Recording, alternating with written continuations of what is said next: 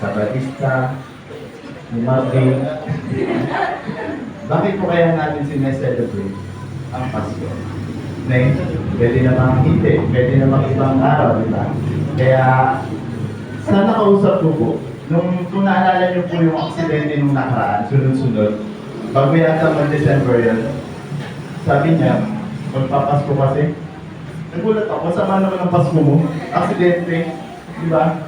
Yung iba naman po, magpapasko daw kasi, kaya ganun. Yung iba naman, magpaplastikan na, kasi Pasko, dati magkakagalit, ngayon magkakapatid, mostly sa pamilya. Sorry.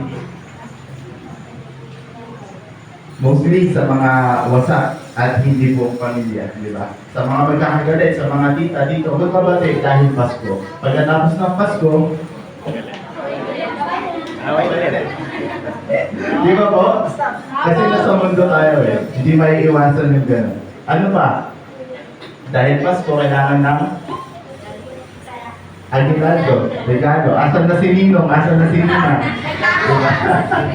Hanapan na. Dati hindi nagbe-bless ngayon. Nagbe-bless na. Minsan wala Ninong, wala Ninang, pero magkakaroon ng Ninong at Ninang. Amen. Yung mga walang Ninong, magkakaroon ng Ninong. Diba? Ano nga ba yung Pasko sa atin? Ano nga ba? Yung connect nito. God's love never quit. Sa panahon natin ngayon, sa Pasko, nung nakaraan, nung kahapon, ano po yung tinuro? Amen. Salamat po sa dalawang nagsalita. Mahal po tayo ng Diyos bago pa tayo likhain. Amen. Ano nga ba connect nun sa Pasko? Diba? Pag-aaralan po natin yan. At pag natapos nyo po, sino na po tatlong gabi ba? Apat? Yung wala pong absent. Ayan, dami pala. Kasi pag natapos nyo daw po ito, hanggang Sabado, pwede daw po kayo mag-wish. No? Joke lang. Ayan, sige po. Tapon na tayo sa ating pag-aaralan. God's love never quits. Totoo nga ba? Na hindi nagpo-quit ang pagmamahal ng Panginoon. Amen. Pakibaba po, meron na. Loves never quit. Sino po nagmahal na hindi sumuko? Pastor.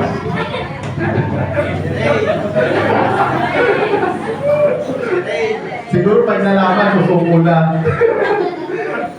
May kilala po kayo, tao na nagmahal na hindi sumuko. Si Ray. Amen. Pag-aaralan po natin to, kung totoo nga bang hindi sumusuko ang pagmamahal, di ba? Para sa mga matatanda, ito po ay isang experience, karanasan. Para naman sa mga kabataan, ay learnings, no? Na dapat hindi sumusuko ang pag-ibig. Totoo nga ba? Kaya po maraming separate na pamilya, maraming hindi buo dahil po sa love na bumigay. Amen? Amen. Pag-aaralan po natin, sino nga ba yung mga hindi bumibigay sa pag-ibig? Sino nga ba yung mga hindi sumusuko sa pag-ibig? Amen? Una po, pakibaba sa verse. Amen. Buksan po natin yung ating mga Biblia sa Roma 11, verse 28. Amen. Basahin ko po kung nandiyan na po kayo. Roma 11, verse 28 to 29. Ang sabi po dyan, dahil tinanggihan ng mga Israelita ang magandang balita, sila'y naging kaaway ng Diyos. At kayong mga hitil ang nakinabang. Ngunit dahil sa sila ang mga hinirang ng Diyos, sila'y mahal pa rin niya, alang-alang sa kanilang mga ninuno. Verse 29 po, sapagkat hindi nagbabago ang isip ng Diyos tungkol sa kanyang kaloob at pagtawag. Tayo po yung isang panganalangin. Ama namin Diyos na mga kapangyarihan, bigyan mo kami ng bukas na pag-iisip, bukas na puso. Panginoon, ito ang siyang patuloy na mangusap. Panginoon, banal mong Espiritu ang siyang patuloy na sumama sa amin. Sa ngalan ng Ama, ng Anak, ng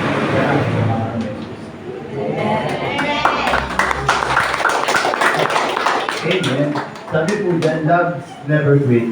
Pero bakit sabi dyan? Dahil tinanggihan ng mga Israelita ang magandang balita, sila'y naging kaaway ng Diyos. Alam ko ba, loves never quit, pero naging kaaway ng Diyos.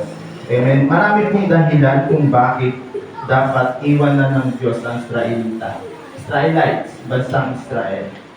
Kung nalaman niyo po at napag-aralan niyo din, si Moises po ay umakyat sa bundok ng Mount Samat, sa bundok, at nag-usap po sila ng Diyos. Ilang days po? 40 days.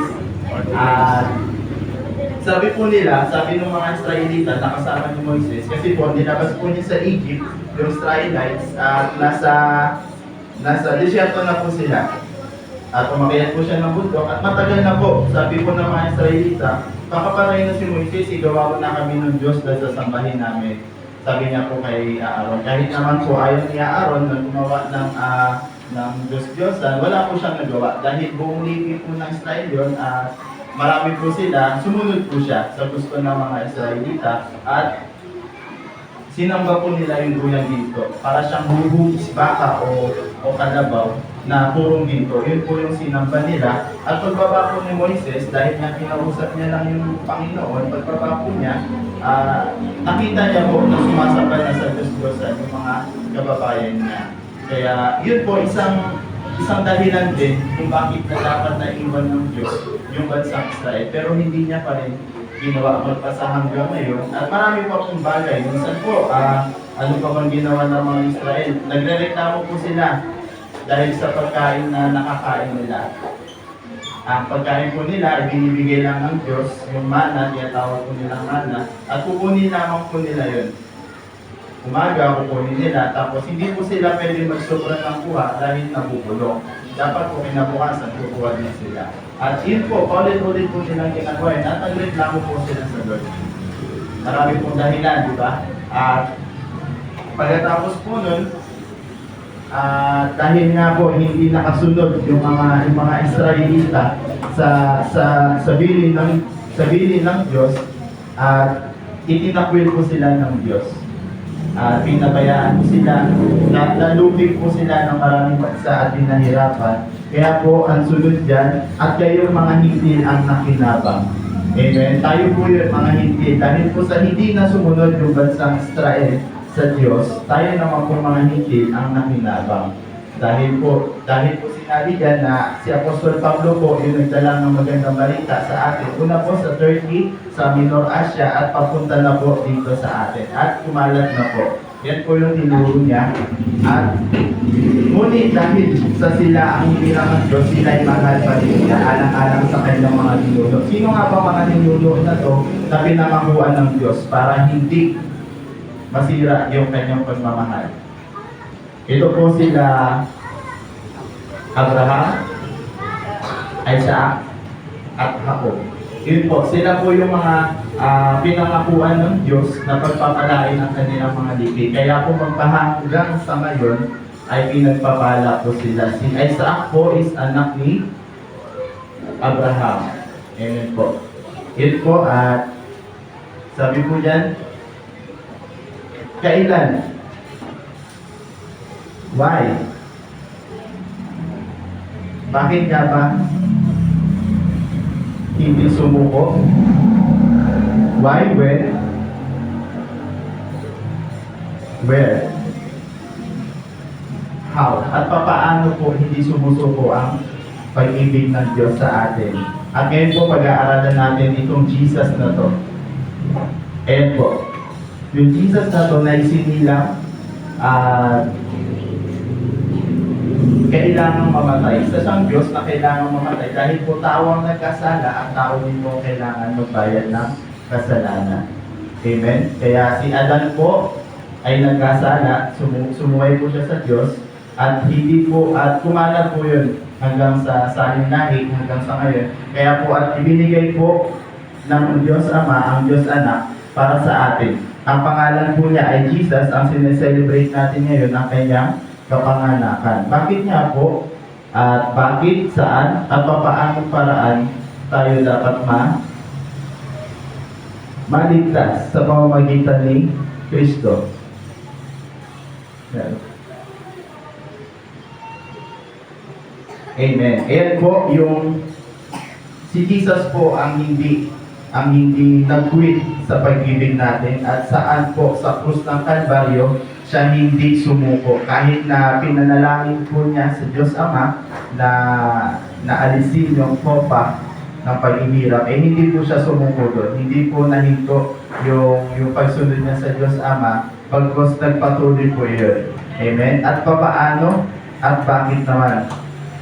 Dahil po ang lahat ay hindi nakasunod sa pamantayan ng Diyos, kaya po ang Jesus natin ngayon, siya po yung inihandog. At ang pagsampalataya, ang pananampalataya lang sa Jesus natin ngayon, is yun na po yung magliligtas sa atin. Amen? Kaya po, sa ating pakita na to,